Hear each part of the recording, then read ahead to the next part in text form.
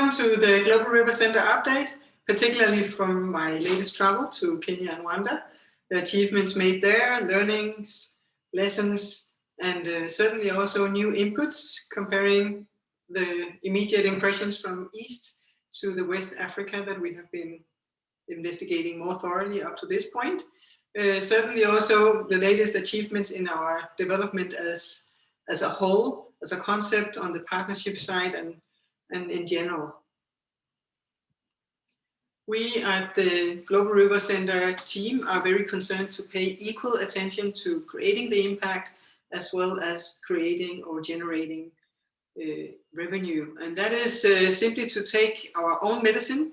I've been preaching this for 15 years in sustainability, the co-founder of Global River Center, along with my business partner Bambwa, our two co-founders, on how actually to make business development responsibly, inclusive, and we believe that we together can actually make a difference for 14 million young Africans by paying the equal attention to delivering the impact in the non-urban Africa, as well as generating the revenue to do it. The latest developments in the COVID response that we have seen across the world is that we become too vulnerable if we put ourselves in the position of an NGO or a foundation as such, where focus can be shifted from one event happening to the next and even a board decision away. So we want to make sure that we continuously, steady, deep and wide can make our impact regardless more or less of fluctuations in the economy, but also on events that COVID has brought to our attention. And we do that by deploying our circular economy principles and responsible business expertise in the non-urban Africa. And yeah, I think I mentioned it already. We are talking about non-urban, that is 100,000 people settlements or locations, typically in outskirts of regional capitals, even bigger cities as Kigali in Rwanda, but where there would be a concentration of youth with no opportunities that are seeking to migrate to the cities to find these opportunities, but unfortunately are seen ending up in more appalling situations as they were in. And we would like to create that opportunity and that alternative to the city migration, ultimately also to the migration to Europe, because no one actually of these youth are dreaming about just leaving family and network. Maybe few, but they are wanting, they are expressing needs for staying, the wish to stay, to evolve together with their families and their networks. And that is actually what we would like to support them doing. So again, here it's creating the alternative to city migration and giving the youth a fulfilling life where they are.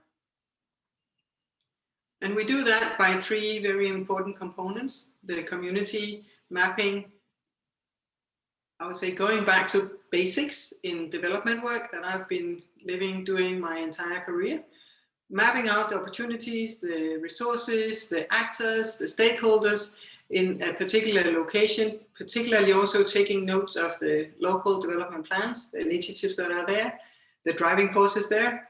How can we fill these gaps? How can we reinforce a positive development in these areas by activating the right partners that are able to fill the gaps that we identify, deploying ourselves and our networks? How can we actually activate what is maybe needed by stakeholders that we know about in our network?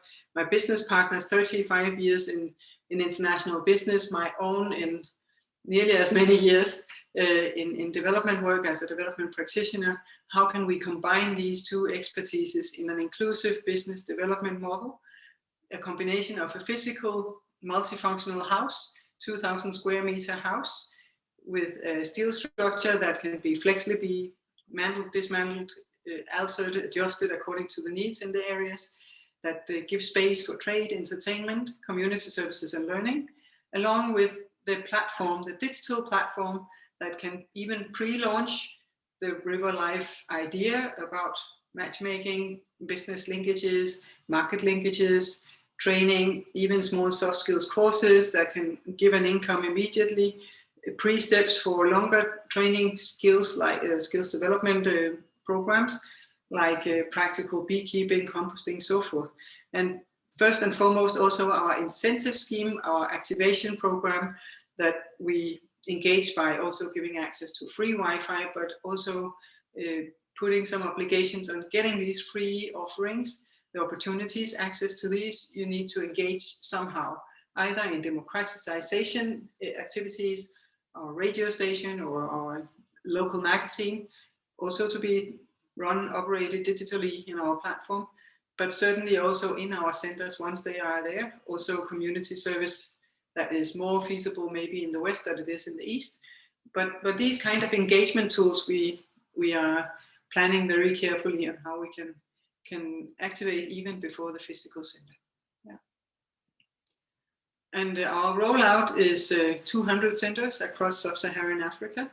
And that is giving us this economic of scale opportunity advantage opposed to others that are running some very well functioning youth centers.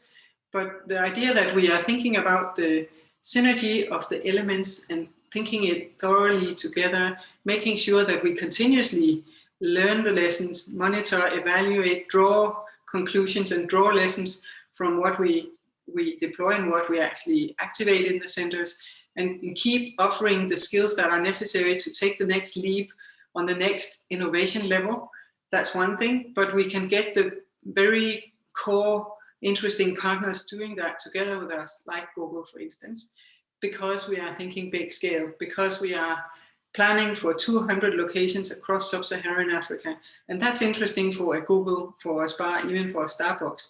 And if we can then start to require from them that they, as they have approved of already, if they take the next step together with us, to place all their training activities in our centers, to take on internships, to make sure that they have youth on the job training, that they source as much as they can locally, then it becomes a different story, but just another multinational investing in a local location in Africa, extracting the profit and leaving the poor youth even poorer behind.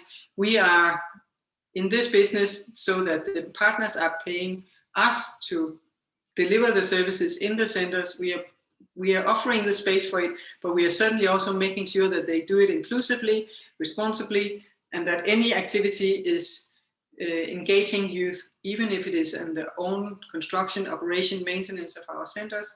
We are thinking it through where in any aspect can we involve the youth, which is also bringing us to the claim that we come with at least 100 jobs when we start, that it is not the youth that are paying for these services. That is a deal or a agreement between us and the service provider, and we make sure that that is done as much aligned as it possibly can with the specific local community. And I think we are maybe jumping, I think I've made this clear already. And the Sustainable Development Goals is also where each and every practitioner these days, private, public, civil society, need to relate to. And we claim we contribute to 10 of the sustainable goals. To be honest, I think this is only interesting when we look at how we contribute to the sub-targets of the goals. But overall, these are the goals that we claim we contribute to. And the perspectives, to come back maybe to the goals. Imagine if you can turn the awareness, if you can tune in the consumption by the 14 million young Africans to be more sustainable, more considerate about circularity, more environmental considerate. Imagine that perspective if we could even make the youth start activating tools, principles, approaches to activate the agricultural activities in a different, more preservative way, because that understanding is shifted, it's enhanced, it's built of a mindset or from a mindset that simply don't maybe have that knowledge, but also activating it because it has been incentivized to do that, and they start seeing the results immediately in their local community, and by themselves they get an income themselves, individual empowerment and the community empowerment, and suddenly maybe even the opportunity to engage even other of their own peers in their own activities, give also an empowerment opportunity and certainly jobs again. It's it's about seeing that bigger perspective of what we can do with these centers and activating and give space for that many people and start a dialogue with this many people, and also giving them the opportunity to match and link with our youth in our end, which we have not been focusing much at in our presentations up to this point. But we have a partnership with UNorth with 14,000 young high school students, all interested and very tuned into how the sustainable goal can also be their task in life, and having the peers, having sounding boards, having group mates from Africa, which we are teaming them up with in the teaching sessions, is very much valuable for the youth here. It's very much valuable for the youth in Africa. So that perspective of making a river movement that cuts across continents is certainly also reinforcing this perspective of enhancing a whole new generation of considerate youth, both in terms of environment, but also social consideration. Yes, please. So we want to support sustainable non-urban community development, and we offer that alternative to city migration for the youth. And the three problem areas that we have identified that our concept is a response to is the lack of jobs, informal, formal. There's certainly also this gap in the community development. We do see a major positive development in Kenya due to a decentralization policy they've made there. We are actually in the shoes where we have thought of the same kind of principles that they are applying there. And it's such an affirming experience to see how actually these communities are striving because of having decentralized decision-making, engagement, resources, good governance, of course. You do see there where the difference is with the good and the less good governance. It's paying off immediately. So that we are very pleased if we could get the opportunity to reinforce that already positively started cycle there. But that is what we want to kickstart elsewhere where that decentralization has not been as successful as we see it in Kenya. And then lately, the digital literacy deficiency is outspoken. It's really, it's massive. So yet the youth are using up to 60% of their disposable income on data. But what they get out of that is still entertainment. It's Facebook, it's betting, it's pornography, it's dating. It's these kind of that necessarily is not giving them a very productive and conductive and certainly not a sustainable income. So if we can engage even our Google partner that we have discussed a partnership with, and they're very positive actually in making this women digital literacy enhancing program, activating the youth to educate the women, is having a double positive effect. And that is actually to overcome that enormous digital illiteracy that we see that is a barrier for even using the internet as a positive reinforcing force for inclusion in the economy. This is summarizing what I've said up to this point. Our mapping is our starting point.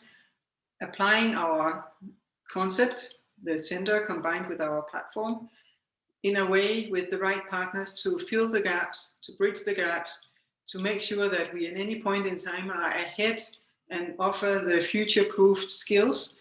And that can be like starting with micro jobs that give an income immediately, access to Wi-Fi due to some, or according to some requirements, activating requirements. But then the next step, what would that be? That would be to utilize that internet in a fruitful way that is in your interest. How can you take some leaps? How can we leapfrog both the community, you as an individual, and then the regional economy as such?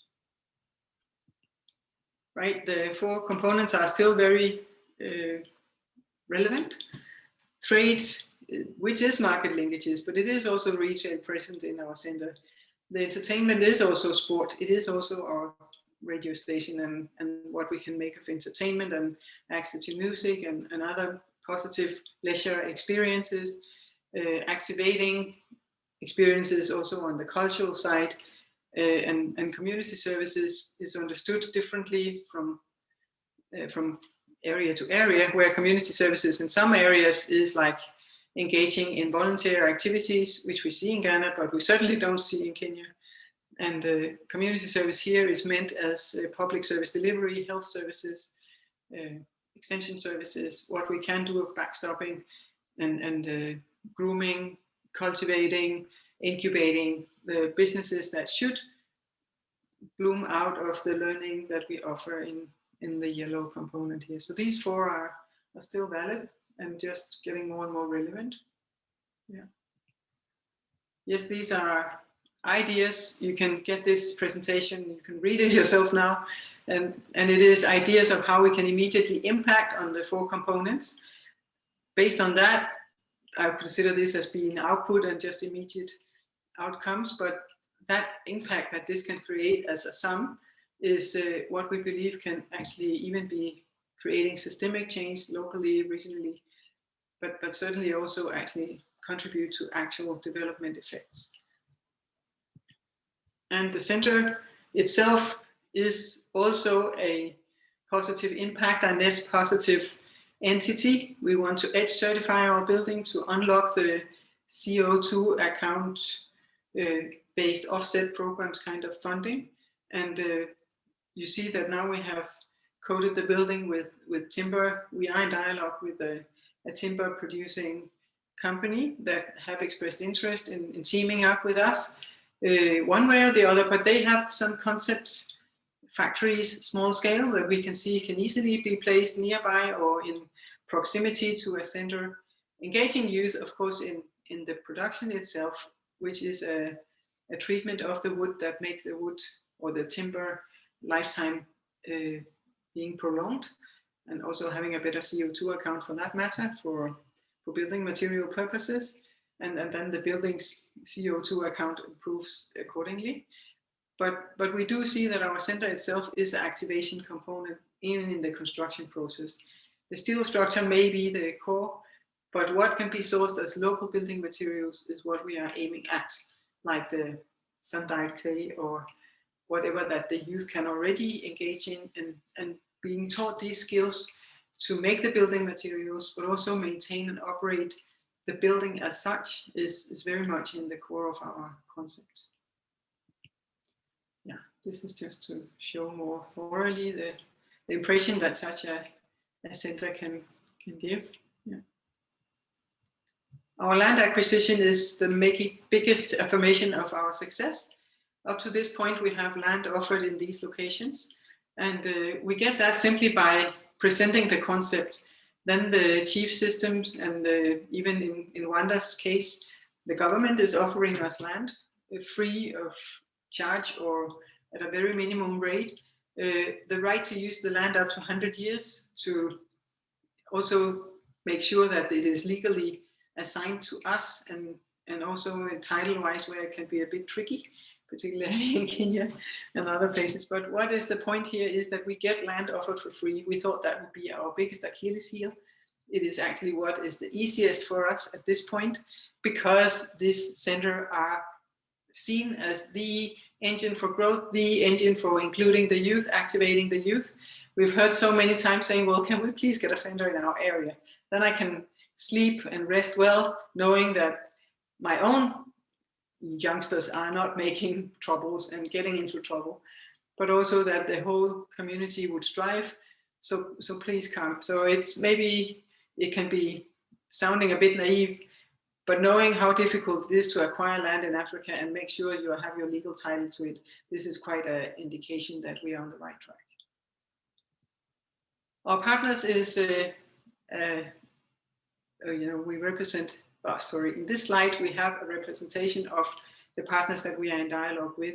And it ranges from our funding partners to our actual implementation partners, regional, local, and also very specific for the specific center kind of partners.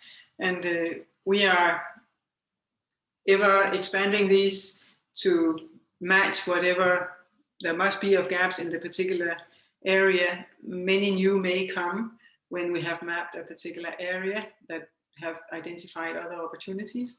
But these are some of them, and we are in constant dialogue with most of them to see how we can best possibly leverage on each other's opportunities and resources. Yeah.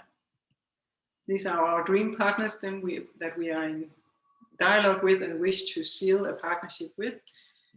Please also have in mind, when you know about us, that we are looking for partners. In the first place, now we need to have the first center on the ground. I'll come back to my achievements in Rwanda and Kenya in this regard. But please have us in mind when you think about any very outstanding, responsibly, particularly sustainable kind of business in building, construction, operation of buildings in Africa, but certainly also on our skills development and our service supply side. If you see any or know of any obvious partners that we can engage with, please let us know. And particularly, of course, for the funding till we get this started.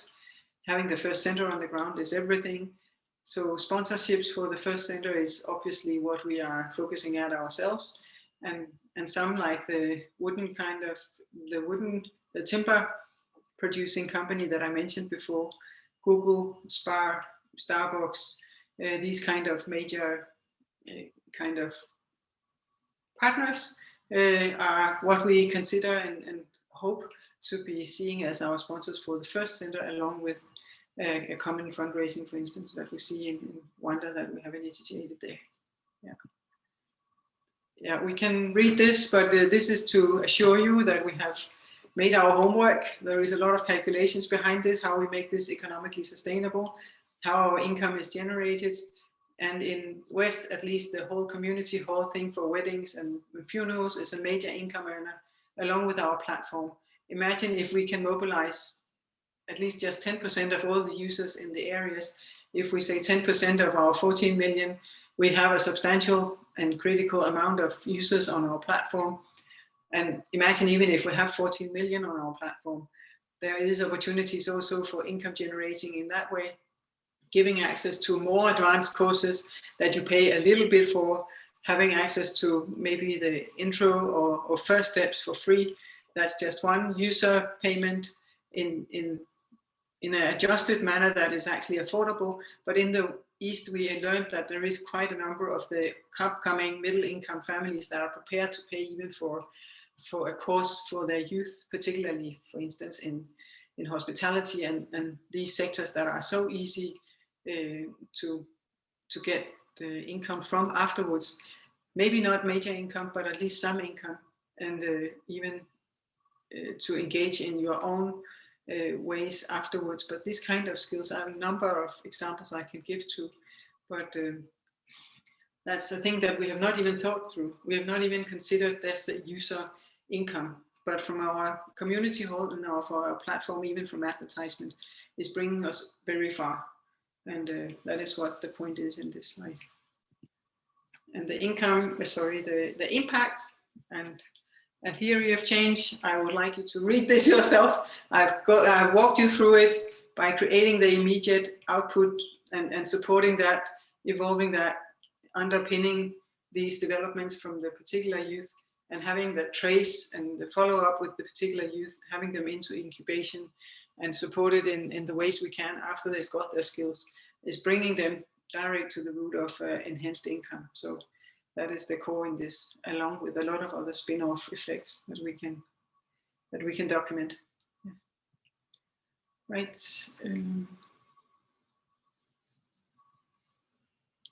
I think I've said this. Yeah, our team, you know it, myself in sociability, Michael Mathisen is our chairperson. I am the CEO, as you well know. Our local partners in the West is in Ghana and in Liberia. And our head of research, Sandra, that has been with us throughout our everything, she's heading our research team. She's building the expertise. She's helping us with also a lot of the aspects related to bringing the user survey input into the development of our platform particularly. And we have coordinators on the ground, Anita and Hafiz, that you also see, along with 26 interviewers, even maybe more these days in Ghana. We have a handful in Uganda, and we have a few in Senegal as well. it's easy to mobilize. We have this, we can actually start collecting user and market data on the ground where you want. And that is also what we would like to offer our other peer kind of companies with solutions for the SDGs. Come make your launch in our centers, use us as a launch pad, use us as the way to test your product, both among the youth, get the input, get the feedback, and qualify your entry to Africa in that way. Yeah, we have outstanding advisory boards that have been tremendous support for us from the very beginning. You see them here, and our task force on the next slide is also ready, supporting, adding their time pro bono, very experienced and qualified teams, and we are so grateful for. So thanks for that. Our organization is certainly, we also get asked, is this a Nordic intervention? No, it's not a Nordic intervention, it's Nordic based. Our concept business would be here. We have access to the international partners from this end, maybe more easily than from the local, but we will have regional offices, one in East, one in West, maybe one in South. And then we will certainly have management in each center that is, each is a legal entity. So each center would have its management and also an advisory board. And that is key to make that continuous ownership, smooth full operation, protection of the center happen. But we are talking about a very decentralized organization. Then coming to Rwanda, we were invited to come there, and that is it's such a breakthrough. Actually, it's the first time we are daring to have a dialogue with the governments, because we don't want to risk getting into politics in that way, that we are a campaign tool, and that we need to adhere to the ever given direction in the politics, depending on who's in power. And we are clearly warned about that also in Kenya. But we can work with the county governments, and we can work with the civil employees in the ministries that are there to implement the programs that have been implemented and that are going to run over various election periods also. At least in Kenya and in Rwanda, this is particularly safe, or everything is relevant. But actually the development that is happening there now, the consistency from policy to implementation, the loyalty due to whatever reason that the public servants are expressing there, the way they protect us and our interests is outstanding. We have presented our concept due to invitation by Rwanda Development Board, and they have actually paved the way for us to get the buy-in from the Ministry of Youth. They are then immediately offer us the most ideal located land, along with the funds they already raised, that they wanted to build a state-of-the-art youth center. They have already 33 scattered all over the country. They would like now to make a state-of-the-art youth center, and they're offering us to get the land that they have acquired for that, to give us access to the resources that they have already fundraised, which is $200,000. And then and that is of course subject to this approval by the minister itself. That's the next step that we have. It seems that can be more or less right away. We can actually get this, and then we have the opportunity, the platform, to start a dialogue on a proper model of public-private cooperation on how we make the state-of-the-art center and prove our concept in Rwanda. And we believe it makes a difference when we have 1 million Danish kroner at hand, when we get to search for that funding. We can also leverage funding channels, funding sources that the ministry is tapping into, like foundations, but that's the next steps to see how we can do that, and also engage the African Development Bank. But this is the closest we've been to actually be able to implement soon. And on top of that, they ask us to launch the River Life in the 33 centers. And why not? Then we can get it tested, we can get it developed. So please come on board, help us get this happen. We have this opportunity, we have this request. We can do it tomorrow if we could get the last development done on our platform. So we are so eager to fulfill this and to move forward on this. This is a major achievement.